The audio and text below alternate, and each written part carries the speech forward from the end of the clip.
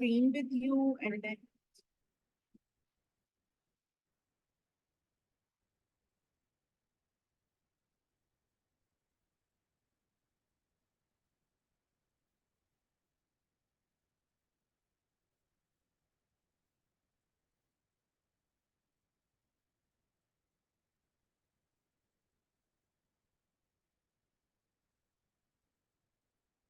Okay, so last time we talked about Thomas Jefferson and Louisiana Purchase, and I'm very sure that you people have got an idea how westward expansion was going on, how things were getting along at that time, and America was um, at the initial stages of development, but how aptly and how perfectly Thomas Jefferson played a role, and he got the territory which is Louisiana, and उस territory की वजह से they got so many political benefits, they got so many economic benefits, and last time we talked about it in detail. So today we are going to talk about separation of powers, checks and balances.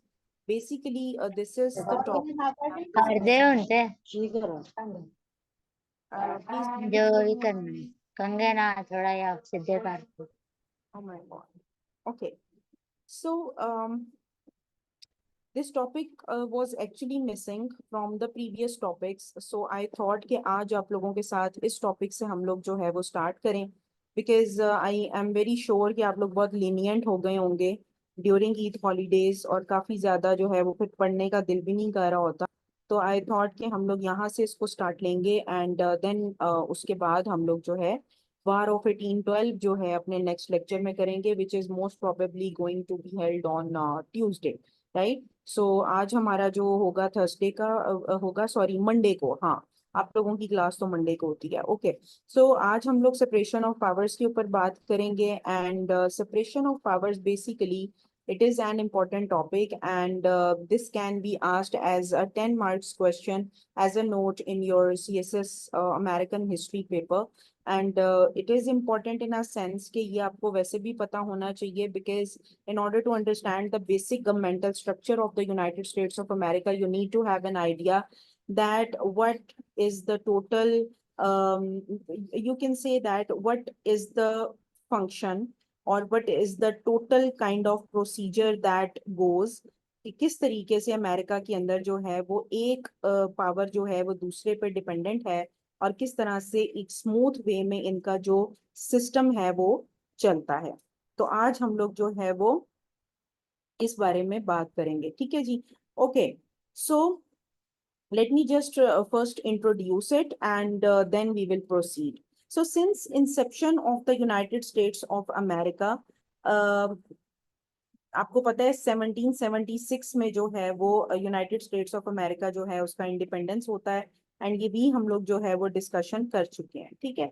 सो 1776 में since inception of United States of America the founding fathers. अच्छा, spellings आप लोग थोड़े से slides में अगर इधर उधर हो जाएं तो उनको इग्नोर कीजिएगा. Founding fathers were in search of a free and fair system. अब जैसे अगर हम पाकिस्तानी पॉलिटिक्स की बात करें तो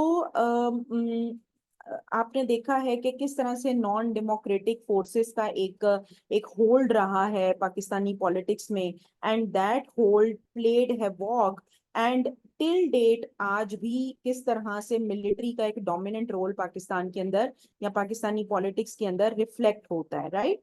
तो अब अगर अमेरिका की हम लोग बात करें तो अमेरिका के अंदर जैसे ही इंडिपेंडेंस होती है तो उसके बाद से जो भी फाउंडिंग फादर्स थे वो इस सर्च में थे कि हमें एक फ्री एंड फेयर सिस्टम चाहिए.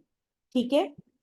That should be based on checks and balances. Checks and balances का कॉन्सेप्ट आगे हम लोग डिस्कस करेंगे and you will get a clear idea that what checks and balance actually means and they were actually not in favour of autocracy और dictatorship, right. So वो इन दो चीजों की फेवर में नहीं थे. Not just this but oligarchy और any kind of like monarchy और any kind of thing which is going to, you can say, inhibit the democratic development in the country. And you people know that in United States of America, democracy flourished and the people were in favor of a democracy. So you can say that being forefathers or being, sorry, founding fathers of democracy, they were actually willing that democracy should be flourished in America. There should be no dictatorship, there should be no autocracy, there should be no monarchy, no oligarchy, anything like that. Got it? So इस तरह से एक checks and balance की search जो है वो America के अंदर चल रही थी. Now comes separation of powers. ठीक है जी. सेपरेशन ऑफ पावर्स का क्या कॉन्सेप्ट है? If you people have political science as an optional, you people must have heard about this terminology because it exists over there. However, if you people have international relations, तो वहां पर इस term का use नहीं होता. So let me just make it clear first that what separation of powers basically is. So Montesquieu was the first one who gave the concept of separation of powers. सबसे पहले जो separation of powers का concept है वो Montesquieu ने दिया, and he gave this concept during French Revolution. जिस time पर फ्रेंच रेवोल्यूशन आता है उस टाइम पर, आई थिंक 1789 की बात हो रही है, आई थिंक फ्रेंच रेवोल्यूशन का यही डेट है. तो फ्रेंच रेवोल्यूशन के दौरान सेपरेशन ऑफ पावर्स का कॉन्सेप्ट आया because there was a lot of mess going on in France at that time, amidst the times when French Revolution was going on, because everything was going on as a mess under the supervision, or you can say kingship of King Louis. So उस दौरान में जो भी situation चल रही थी, उस दौरान में जितने भी प्रॉब्लम्स फ्रांस के अंदर पेश आ रहे थे, तो there was a concept of separation of powers that was given at that time in order to make the things, और in order to take the things in order. ठीक है. उस एक क्रोनोलॉजी में लाने के लिए, उस ऑर्डर में लाने के लिए एक सेपरेशन ऑफ पावर्स का कॉन्सेप्ट मोंटेस्क्यू ने पेश किया. All the three organs are autonomous in their working. जो भी तीन organs हैं, अब तीन organs क्या होते हैं? किसी भी, अगर आप स्टेट का स्ट्रक्चर उठाकर देखते हैं, मोस्ट प्रोबेबली ऐसा ही है कि आउट ऑफ 193 कंट्रीज, जो भी कंट्रीज, मतलब जितने भी आप कह सकते हो इंडिपेंडेंट कंट्रीज हैं, क्योंकि हम लोग अब इस टाइम में एग्जिस्ट कर रहे हैं, इस तरह की इंटरनेशनल कम्युनिटी में एग्जिस्ट कर रहे हैं जहां पर countries are apparently independent but they are not independent, right? So they have to be under someone's supervision, or you can say under some superpower supervision, in order to get everything that accounts in economy or politics and all this kind of stuff, right? So अब जो भी states हैं उनके तीन basic organs consider किए जाते हैं. Let's suppose अगर पाकिस्तान की भी बात करें तो you people must have an idea कि पाकिस्तान के तीन टीयर्स हैं गवर्नमेंट के. ठीक है. उसके अंदर एक आपका जो है वो लेजिस्लेटिव है, एक आपका एग्जीक्यूटिव है, और एक आपका जो है वो जुडिशरी है. इसी तरह से अगर हम अमेरिकन सिस्टम की भी बात करते हैं, ठीक है, तो उसके अंदर भी क्या है कि तीन तरह के जो ऑर्गन्स हैं वो एग्जिस्ट करते हैं, and all the three organs are autonomous in their working. तीनों अपने अपने वर्किंग में ऑटोनोमस हैं, and must not interfere in the authority and jurisdiction of the other organ. वो ये हक नहीं रखते कि वो किसी भी दूसरे ऑर्गन की jurisdiction के अंदर जाकर इंटरफेयर करें या अपनी मर्जी इम्पोज करने की कोशिश करें. ठीक है. सो मोंटेस्क्यू ने साथ ही चेक्स एंड बैलेंस का, सेपरेशन ऑफ पावर इसको बोलते हैं, जो मैंने आपको बताया, all the three organs are autonomous. You can say that this is basically the definition of separation of powers. All the three organs are autonomous in their working and must not interfere in the authority and jurisdiction of the other organ. And अब हम लोग जो next चीज पढ़ने लगे हैं, that is checks and balances. He also introduced checks and balances. He said that one can survive without the other. ठीक है. वन कैन नॉट, आपने यहाँ पर कैन नॉट इसको कर लीजिएगा. One can not, sorry, no one. ठीक है, यहाँ पर सही लिखा हुआ है that no one can survive without the other, के एक ऑर्गन जो है वो दूसरे ऑर्गन के बगैर सर्वाइव नहीं कर सकता. Just like human body, just like human physiology, that we cannot survive without heart, we cannot survive without brain, like no matter how many vital organs are there in our body, they have to be there if human body has to survive. ठीक है. इसी तरह से checks and balances के system में भी ये होता है कि there is separation of powers, like every tier of the government is autonomous. However, they are dependent on each other and no organ can work without the other organ. ठीक है. अगर जुडिशरी है तो वो लेजिस्लेटिव के बगैर काम नहीं कर सकती. अगर एग्जेक्टिव है तो वो जुडिशरी के बगैर काम नहीं कर सकता, and we will witness this later on. अभी आप लोगों ने क्या किया कि एक इंट्रोडक्शन ले लिया कि बेसिकली सेपरेशन ऑफ पावर है क्या, जैसे ये अमेरिका बना उसका आपने थोड़ा सा आइडिया देना है। जैसे ही आपको ये क्वेश्चन आता है, for instance it is of 10 marks, तो in the context of 10 marks, first you will be giving a kind of introduction in which you will be giving an idea that how much important the 3 tiers of the government are, right? And then we will be talking about separation of powers का concept क्या है, and then you will be talking about जो है checks and balances क्या है। फिर उससे पहले आप लोग एक चीज ये बता देंगे कि किसने ये कॉन्सेप्ट दिया था, मोंटेस्क्यू को हाईलाइट कर दीजिएगा। Examiner will get an idea that you people know कि सेपरेशन ऑफ पावर है क्या, किसने दिया, इसकी हिस्ट्री क्या है, राइट? उसके बाद सेपरेशन ऑफ पावर्स का कॉन्सेप्ट देने के बाद you will be heading towards checks and balances, और अब हम लोग इसको थोड़ा सा डिटेल में जाकर पढ़ेंगे कि बेसिकली किस तरह एक ऑर्गन जो है वो दूसरे ऑर्गन के ऊपर एग्जिस्ट करता है, ठीक है? उसके बाद सबसे पहली चीज जनाब हमारे पास जो आती है दैट इज लेजिस्लेचर, ठीक है? सबसे पहला जो ऑर्गन है या टियर है हमारे पास वो है लेजिस्लेचर। अच्छा, इसके ऊपर ना एक डायग्राम है छोटी सी, और वो डायग्राम बेसिकली आप लोगों की स्लाइड्स में बन नहीं पा रही थी, तो आई थॉट ना मैंने स्क्रीनशॉट उसका लिया था, अदरवाइज वो ऐड हो जाता है इसके अंदर, बट आई थॉट कि मैं आप लोगों के साथ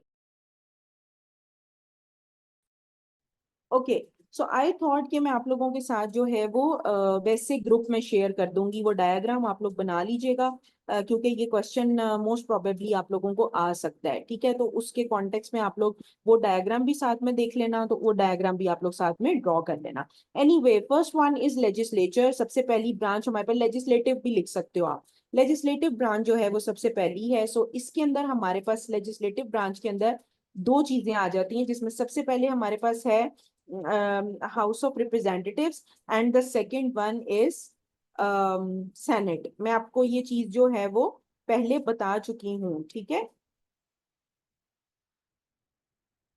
कि इसमें दो हाउसेज हैं, ठीक है जी।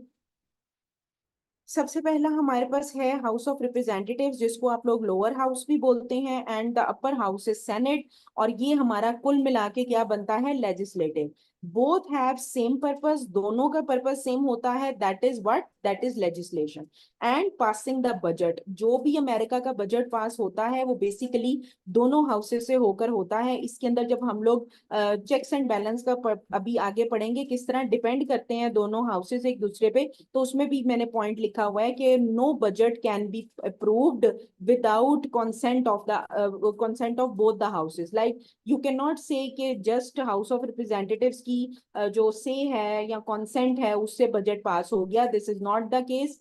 you have to get consent of both, I mean House of Representatives as well as Senate in order to pass the budget. So the first one is legislative branch, right? And अभी हम लोग तीनों tears को पहले decode कर रहे हैं, ठीक है जी।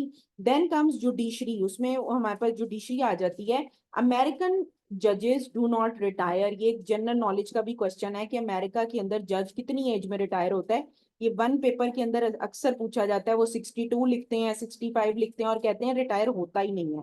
तो द थिंग इज कि अमेरिकन जजेस कभी भी रिटायर नहीं होते, अमेरिकन जजेस लाइफ टाइम के लिए जो है वो जज होते हैं, right? Interpreting of the constitution, जो भी कॉन्स्टिट्यूशन होता है उसको इंटरप्रेट करने के लिए जो है वो जजेस जो है वो हायर किए जाते हैं, जो इंटरप्रेट किया जाता है कॉन्स्टिट्यूशन को, राइट? उसके बाद protection of fundamental rights of the people of United States of America.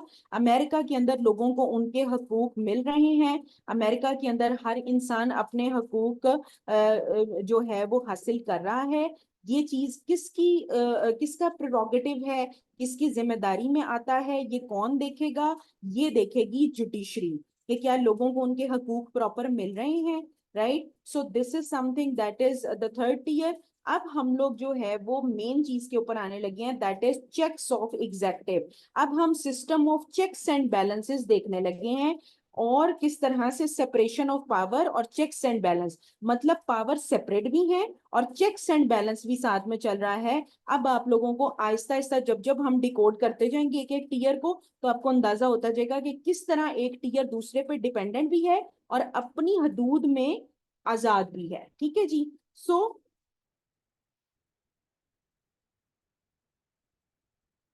On legislature, अब ये हम ऑन लेजिस्लेचर में क्या पढ़ने लगे हैं कि एग्जेक्टिव का जो चेक है, ये अब एग्जेक्टिव का चेक आ गया। आपको मैंने बताया था कि प्रेसिडेंट जो है वो आपके एग्जेक्टिव में आ जाता है। ठीक है जी। आपने प्रेसिडेंट को, वाइस प्रेसिडेंट को अपने माइंड में रखना है। ठीक है, ओके। सो अब एग्जेक्टिव का चेक हम देखने लगे हैं किस पे, लेजिस्लेचर पे या लेजिस्लेटिव ब्रांच पे। ठीक है जी। Vice president is the president of the Senate. जो वाइस प्रेसिडेंट होता है वो बेसिकली सेनेट का प्रेसिडेंट होता है।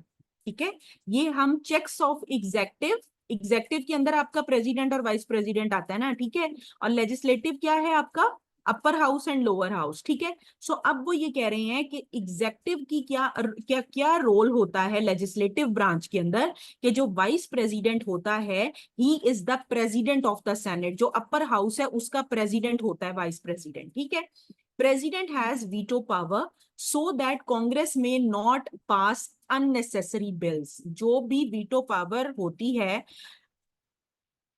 आप लोगों को क्लियर हो रहा है यहां तक? प्लीज मुझे बताइएगा, because it is very tricky and very critical kind of topic.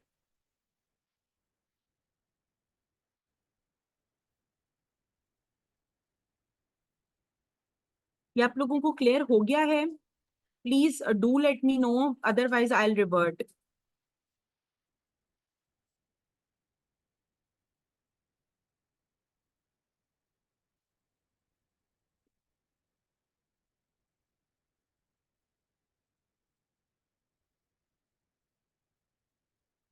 Okay, अच्छा। तो वी आर टॉकिंग अबाउट,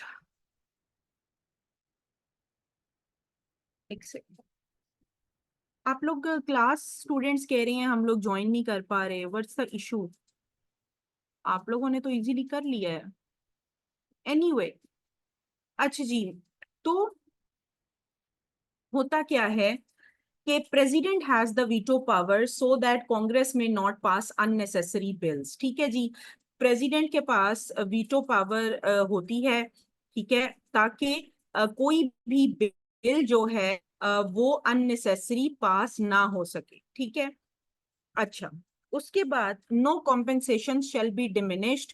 कोई भी कॉम्पेंसेट नहीं किया जाएगा। Everything will have to be under surveillance, everything will have to be checked. ठीक है, उसके अंदर बहुत ज्यादा चीजें जो हैं वो आ जाती हैं आपकी, कि कॉम्पेंसेट नहीं किया जाएगा किसी भी चीज को।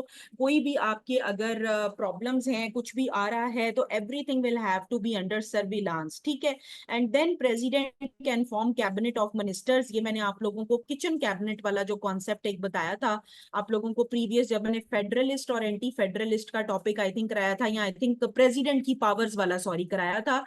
हाँ, जो प्रेसिडेंट की पावर्स वाला टॉपिक मैंने आप लोगों को करवाया है, उसमें मैंने आप लोगों को बताया था कि president has this authority to make cabinet of ministers and it is not mandatory that those ministers shall have to be part of House of Representatives or Senate.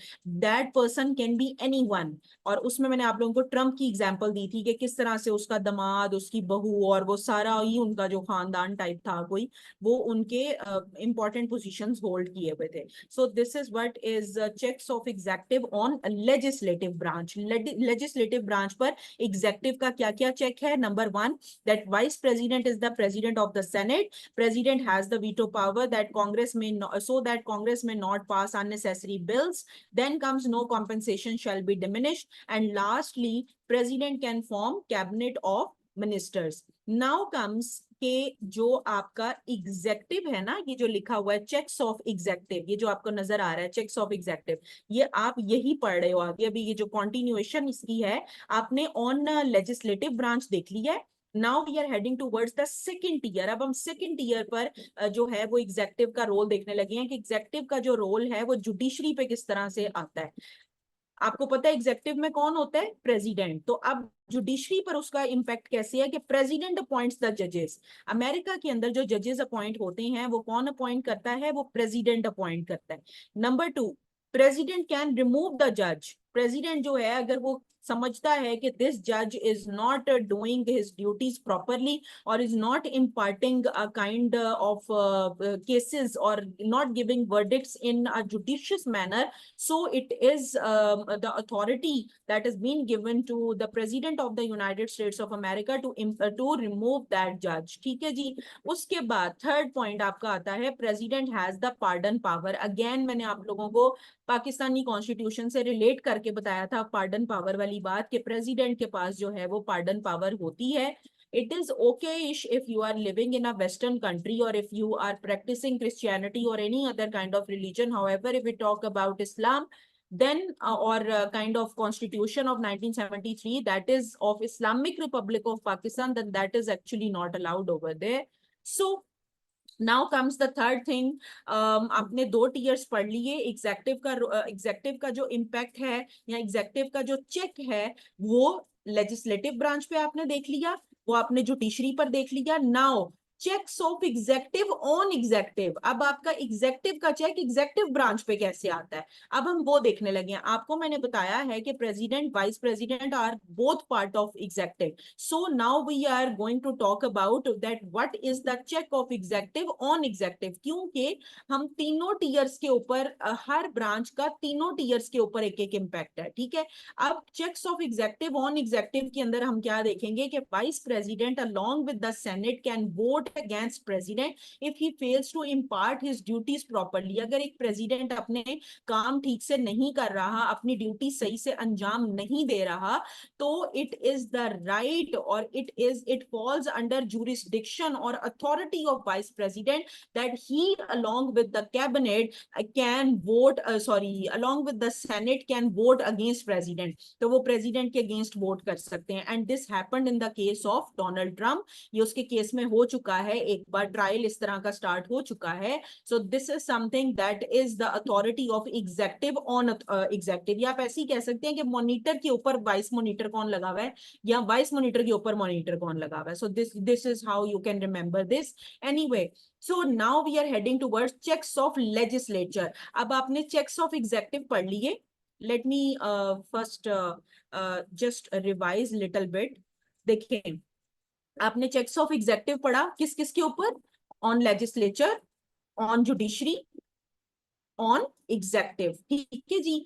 अब हम लोग चेक्स ऑफ लेजिस्लेचर देखने लगे हैं या legislative branch देखने लगे हैं। उसमें सबसे पहले हम देखते हैं ऑन एग्जेक्टिव। अब लेजिस्लेटिव का क्या अथॉरिटी है on executive? It is very intricate circle और it is very intricate kind of process. ठीक है, जिसके अंदर you have to be very careful while writing your answers because I am telling you again and again that this is something that you have to remember, क्योंकि ये वाले आपके जो authorities हैं ना, ये मिक्स हो जाते हैं। तो आप लोगों ने बड़ी ध्यान से इस क्वेश्चन को प्रिपेयर करना है। And one suggestion on my part is कि आप लोग इसके अंदर थोड़ा सा जो है वो रोट लर्निंग भी ऐड कीजिएगा। थोड़ी सी इसके अंदर आप लोग रट्टा सिस्टम ऐड करेंगे तो जाके आपको जो है ना ये प्रिपेयर होगा, राइट। सो इसको आप लोगों ने इस तरह से प्रिपेयर करना है। अच्छा जी, now comes checks of legislative branch. अब वो एग्जेक्टिव के ऊपर क्या है? ठीक है, लेजिस्लेटिव क्या है? अगेन मैं आपको बता दूं, house of representative and senate. अब उनका क्या चेक है किसके ऊपर? एग्जेक्टिव पे। अब ये एग्जेक्टिव में कौन कौन है? प्रेसिडेंट और वाइस प्रेसिडेंट। अब आप एक चीज नोट कीजिएगा, सिर्फ ऐसा नहीं है कि प्रेसिडेंट और वाइस प्रेसिडेंट का ही लेजिस्लेटिव पर चेक था। अब आप देखें कि लेजिस्लेटिव का भी चेक आया है प्रेसिडेंट और वाइस प्रेसिडेंट पे। कैसे? On executive, right. Number 1, declaration of war. जिस टाइम भी आप अमेरिका के अंदर कोई जंग अमेरिका ने करनी होती है किसी भी कंट्री के अंदर जाकर, तो वो जंग जो है वो सिर्फ प्रेसिडेंट और वाइस प्रेसिडेंट के अथॉरिटी से नहीं लगाई जाती।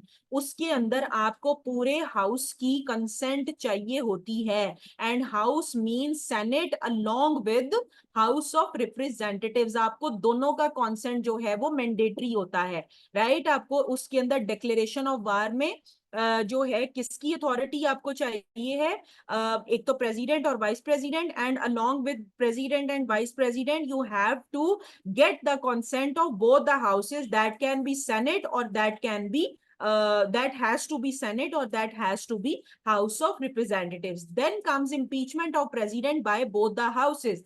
जब आपको इम्पीच करना होता है किसी प्रेसिडेंट को तो भी आपको दोनों हाउसेस का कॉन्सेंट चाहिए होता है, ठीक है। अगर आप लोग बिल क्लिंटन का केस उठाकर देखेंगे, कोई हिस्ट्री पढ़ेंगे, you will get an idea कि किस तरह से both houses had the consent behind impeachment of bill Clinton because he had an affair, right. उसके बाद डोनाल्ड ट्रंप के केस में जो इम्पीचमेंट ट्रायल चला है वो भी आप लोगों ने उठाकर देखना है कि वो किस तरीके से जो है वो चलता है मामला, राइट। उसके बाद आ जाता है impeachment trial by the senate. Impeachment trial by the senate मतलब कि जो इम्पीचमेंट का ट्रायल होगा वो भी सेनेट के थ्रू आपका होगा। तो आप सेनेट में कौन आ जाता है, सेनेट किसका पार्ट है, लेजिस्लेचर का पार्ट है, लेजिस्लेटिव ब्रांच का पार्ट है, और इम्पीचमेंट किसका हो रहा है, प्रेसिडेंट का। तो here you can clearly see कि किस तरह से इम्पीचमेंट ट्रायल बाय सेनेट मतलब किस तरह से जो लेजिस्लेटिव ब्रांच है उसका होल्ड है किसके ऊपर, एग्जीक्यूटिव ब्रांच के ऊपर। Then the third point is appointment of ambassadors. America के अंदर जितने भी एम्बेसडर्स अपॉइंट होते हैं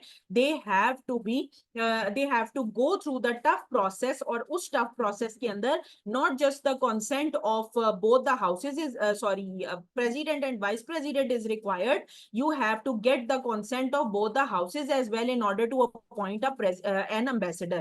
एम्बेसडर अपॉइंट करने का एक सेपरेट प्रोसीजर है। पाकिस्तान के अंदर क्या होता है, डिफरेंट कार्डर्स होते हैं, उसके बाद आप लोगों के वो आ जाते हैं आपके जो फॉरेन उसमें जाते हैं, सर्विसेज में जाते हैं, वो आप लोगों के होते हैं, मुझे उसका नाम भूल रहा है, क्या कहते हैं उसको, नॉन इस तरह से उसका कोई नाम होता है, जो थ्रू पेपर जाते हैं और जो थ्रू अपॉइंटमेंट जाते हैं। पाकिस्तान के अंदर दो तरह के एम्बेसडर्स होते हैं, ठीक है। एक वो होते हैं जो मुझे नाम बिल्कुल स्किप हो रहा है अभी माइंड से, अदरवाइज मुझे याद आता है तो आई टेल यू, कि एक होते हैं जो अपॉइंट होते हैं थ्रू पेपर, मतलब जो सीएसएस करके आपके फॉरेन सर्विस में जाएंगे वो एम्बेसडर लगेंगे, और उनके भी डिफरेंट कार्डर्स होते हैं। They are not directly appointed as ambassadors, उनका स्टेजेस होते हैं प्रॉपर, उसके बाद वो लोग जाकर वो असिस्टेंट से स्टार्ट होते हैं, फिर उसके बाद आगे जाते जाते हैं, और फिर वो उसके बाद जाकर जो है एम्बेसडर की पोस्ट पे जाते हैं। That is highly prestigious and that is highly you can से हाई लेवल की पोस्ट, राइट। तो अपॉइंटमेंट ऑफ एम्बेसडर जो अमेरिका के अंदर होता है उसके अंदर आपको एग्जीक्यूटिव का कॉन्सेंट भी चाहिए होता है, और उसके अंदर आपको लेजिस्लेटिव ब्रांच का कॉन्सेंट भी चाहिए होता है। Then comes approval of treaties. जितने भी ट्रीटीज अमेरिका के अंदर साइन होते हैं वो सिर्फ प्रेसिडेंट और वाइस प्रेसिडेंट की कॉन्सेंट से नहीं होते, वो आपके ट्रीटीज जो हैं वो आपके हाउस ऑफ रिप्रेजेंटेटिव से भी अप्रूव होकर आएंगे और सेनेट से भी अप्रूव होकर आएंगे। सो दिस इज हाउ, किस तरह से एग्जीक्यूटिव के अंदर जो है वो कंट्रीब्यूशन है लेजिस्लेटिव ब्रांच का। Then last is enactment of tax laws. जितने भी टैक्सेशन से रिलेटेड लॉज होते हैं वो सिर्फ प्रेसिडेंट और वाइस प्रेसिडेंट नहीं इंपोज कर सकते, उसके अंदर आपको लेजिस्लेटिव ब्रांच का कॉन्सेप्ट भी चाहिए होता है, जिसमें आपका अपर हाउस और लोअर हाउस दोनों आ जाते हैं। तो हियर यू कैन सी कि किस तरह से अमेरिका के अंदर एक सिस्टम जो है वो क्रिएट किया गया है, और किस तरह से इस सिस्टम के अकॉर्डिंग हर ब्रांच एक दूसरे से अपने अपने काम अलग भी कर रही है लेकिन एक दूसरे को आंसरेबल भी है। अब हम लेजिस्लेटिव का, ये जो आप पढ़ रहे हो चेक्स ऑफ लेजिस्लेटिव, इसका रोल किस पर देखने लगे हैं, ऑन लेजिस्लेटिव ब्रांच। मतलब जैसे हमने एग्जेक्टिव ऑन एग्जेक्टिव देखा था, अब उसी तरह ही हम लोग ऑन लेजिस्लेटिव देखने लगे हैं। So both the houses equal representation, दोनों हाउसेस की इक्वल रिप्रेजेंटेशन होती है, ना सेनेट की ज्यादा अथॉरिटी है ना हाउस ऑफ रिप्रेजेंटेटिव्स की ज्यादा अथॉरिटी है। All the bills passed by the consent of both the houses. मैंने आपको जैसे पहले बताया हर बिल जो है वो दोनों हाउसेस की कंसेंट से पास होगा। अब ये हम क्या देख रहे हैं, ये हम सेनेट और हाउस ऑफ रिप्रेजेंटेटिव का एक दूसरे के ऊपर चेक देख रहे हैं।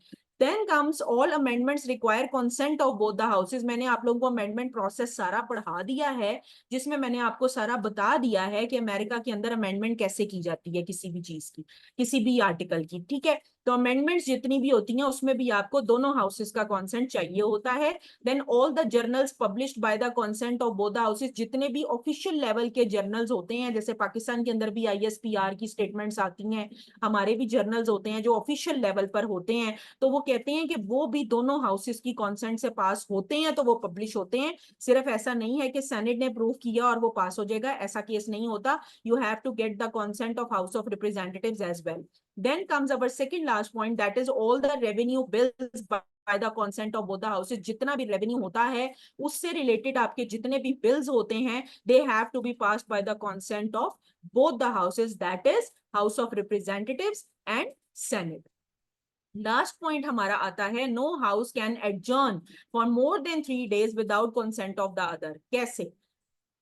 कोई भी हाउस बायकॉट नहीं कर सकता, एडजर्न नहीं कर सकता, अपनी ड्यूटी स्टॉप नहीं कर सकता विदाउट कंसेंट और without asking the other house for more than 3 days। 3 दिन से ज्यादा कोई भी हाउस जो है वो बायकॉट नहीं कर सकता। इसकी एग्जांपल ऐसी है कि अगर सेनेट किसी बात पर नाराज है, अगर सेनेट को कोई प्रॉब्लम आ रहा है, तो सेनेट जो है वो 3 दिन से ज्यादा अपना ड्यूटीज और अपने जो टास्क हैं उनको इग्नोर नहीं कर सकती without consent of House of representatives. So this is how legislative branch has to be dependent on the legislative branch। किस तरह इनका एक दूसरे के ऊपर है। अब कंटिन्यूड है ये पिछले वाला चेक्स ऑफ लेजिस्लेटिव हम लोग पढ़ रहे हैं, उसमें अब थर्ड हमारे पास टीयर अगेन आ जाता है जुडिशरी का। अब जजेस are appointed by the consent of Congress.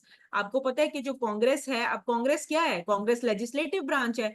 Legislative branch में क्या है? वो दोनों हाउसेस हैं। तो वो कहते हैं कि जजेस जो हैं वो दोनों की उससे जो है वो अपॉइंट किए जाते हैं, अप्रूव किए जाते हैं। अपॉइंट तो खैर प्रेसिडेंट ने करना होता है, अप्रूव किए जाते हैं। अब उस अप्रूवल के अंदर आपका वाइस प्रेसिडेंट का भी अप्रूवल आ जाता है। वो कैसे आ जाता है? Because vice president is the president of the senate. तो सेनेट किसका पार्ट है? कांग्रेस का पार्ट है।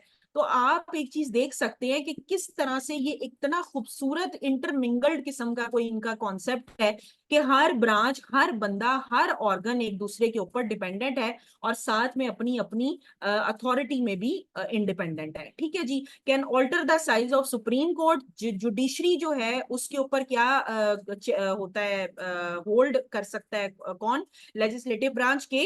लेजिस्लेटिव ब्रांच के पास की अथॉरिटी होती है कि वो सुप्रीम कोर्ट का साइज या तो बढ़ा सकते हैं या उसका साइज कम कर सकते हैं। किस तरह? कि हमें इतने जजेस की जरूरत है, इतने नहीं होने चाहिए, और इतने होने चाहिए तो इतने और अपॉइंट किए जाएंगे। So this is what is the authority of legislative branch on judiciary. Then comes our third point, that is can, ये फॉर नहीं लिखा हुआ, ये फॉर्म आना है यहाँ पर। Can form courts inferior to supreme courts. ठीक है, सॉरी, कोर्ट सुप्रीम कोर्ट से इंफीरियर कोर्ट्स बनाने का अथॉरिटी भी किसके पास होता है? लेजिस्लेटिव ब्रांच के पास होता है। ठीक है, इंफीरियर कोर्ट्स क्यों बनाए जाते हैं, क्या उनके रीजन होती है बनाने की? उनके बनाने की ये रीजन होती है because in order to lessen the burden on Supreme Court, inferior courts are created so that burden can be reduced, और उस बर्डन जो रिड्यूस किया गया है उससे एक ब्रीथिंग स्पेस मिल जाए सुप्रीम कोर्ट को, और वो जितने भी पेंडिंग केसेस हैं उनको रिजॉल्व कर सके और उनपे अपना वर्डिक्ट दे सके। कैन फॉर्म लेजिस्लेशन, किस तरह? कि जो लेजिस्लेटिव ब्रांच है वो लेजिस्लेशन कर सकती है, उसके पास ये अथॉरिटी होती है कि वो लेजिस्लेशन दे सकती है। हालांकि लेजिस्लेशन जुडिशरी के आम्बिट में आ जाती है, लेकिन अगेन क्या है कि ये अथॉरिटी आपके लेजिस्लेटिव ब्रांच के पास भी है। नाउ कम्स अवर थर्ड, हमने एग्जेक्टिव पढ़ लिया, एग्जेक्टिव का तीनों के ऊपर होल्ड पढ़ लिया। हमने लेजिस्लेटिव पढ़ लिया, लेजिस्लेटिव ब्रांच का तीनों के ऊपर हमने रोल पढ़ लिया। अब हम अपना थर्ड टीयर देखने लगे हैं, that is checks of judiciary. और अब ये जुडिशरी किस तरह से तीनों पर डिपेंडेंट है वो देखते हैं, वो देखते हैं अब आगे हम, जिसमें सबसे पहले हमारे पास आ जाता है चेक्स ऑन एग्जेक्टिव। अब ऐसा नहीं है कि सिर्फ प्रेसिडेंट और वाइस प्रेसिडेंट के पास ही ये इख्तियार आते हैं कि वो जो है वो अपॉइंट करेंगे जजेस और पार्डन करेंगे उनको, सॉरी, पार्डन पावर अपने पास रखेंगे या रिमूव कर देंगे किसी जज को। अब जुडिशरी के पास भी इख्तियार है कि वो प्रेसिडेंट और वाइस प्रेसिडेंट यानी कि एग्जेक्टिव को कैसे चला सकते हैं, जिसमें number 1, chief justice become vice president of the senate in case of impeachment of president. आप एक चीज नोट कीजिएगा, वाइस प्रेसिडेंट जो होता है, ये प्लीज अगर आप लोगों के पास नोटबुक्स है ना वहां पर लिख लें, ये बहुत इंपॉर्टेंट इंफॉर्मेशन है। Vice president is the president of the senate. And in case of impeachment of president, अगर प्रेसिडेंट इम्पीच हो जाता है तो वाइस प्रेसिडेंट बिकम्स प्रेसिडेंट। तो फिर वाइस प्रेसिडेंट का जो स्पेस खाली होता है, जो सीट खाली होता है, उसके ऊपर कौन आता है? उस पे आता है chief justice. Clear? So Chief Justice become Vice President of the Senate in case of impeachment of President, and then comes judicial review. आप लोगों ने judicial review, अगर आप लोग नहीं जानते, पाकिस्तान अफेयर्स अभी आप लोगों ने नहीं पढ़ा, तो पाकिस्तान के अंदर आप लोग जुडिशियल रिव्यू अक्सर देखते होंगे। अब ये जुडिशियल रिव्यू क्या होता है कि जजेस के पास ये अथॉरिटी होती है कि they can check the performance of the government if government is performing the duties in a proper fashion or not। कैसे? इसकी एग्जांपल मैं आपको छोटी सी देती हूँ। चौधरी निसार जो थे चीफ जस्टिस पुराने, वो क्या करते थे? कभी रॉयल पाम चले जाते थे, ठीक है, कभी हमीद लतीफ हॉस्पिटल चले जाते थे, कभी किसी रेस्टोरेंट चले जाते थे। हैं, वो क्यों जाते थे? वो क्यों सारा चेक करते थे एकदम जाके? क्योंकि वो जुडिशियल रिव्यू के अंडर करते थे कि क्या गवर्नमेंट अपनी ड्यूटी सही से अंजाम दे रही है कि नहीं। So this is check of a judiciary on executive which is called judicial review. Got it? Then judiciary का चेक लेजिस्लेचर पे क्या है, लेजिस्लेटिव ब्रांच पे क्या है, इसमें अगेन आपका जुडिशियल रिव्यू आ जाता है। ठीक है, और जुडिशियल रिव्यू मैंने अभी आपको समझा दिया कि क्या कहते हैं, और उसकी एग्जांपल मैंने आपको चौधरी निसार साहब से दे दिया। ठीक है, sorry, chief justice Saqib Nisar, sorry, clear कर लीजिएगा इसको, साकिब निसार। अच्छा जी, उसके बाद लास्ट में हमारे पास आता है no compensation shall be diminished. Again वही बात कि जो माफी शाफी है वो उधर भी नहीं मिलनी है और वो यहाँ पे भी नहीं मिलनी है, because they have to be stringent. ठीक है जी, ये हमारा आज का टॉपिक था, चेक्स एंड बैलेंसेस और सेपरेशन ऑफ पावर का। और this is very you can say intricate and very neatly delicated kind of, you know, neatly fabricated and you can say delineated project, sorry process. और इस process के अंदर America का system जो है वो चलता है, और चूंकि ये अच्छा सिस्टम है लेकिन इसके अंदर फ्लॉ मौजूद है। और वो फ्लॉ किस तरह मौजूद है कि इस इंट्रिकेट सिस्टम की वजह से अमेरिका के अंदर अमेंडमेंट होना बहुत मुश्किल काम है अमेरिकन कॉन्स्टिट्यूशन में, and this is the very reason that only few amendments have been made so far. So this was today's lecture. I hope you have got it right. Make your own notes, prepare it well, and इसके ऊपर मेरा खास emphasis इसलिए था because this question can be asked in your paper. So take very good care of yourself. I'll see you people on Monday. Allah Hafiz.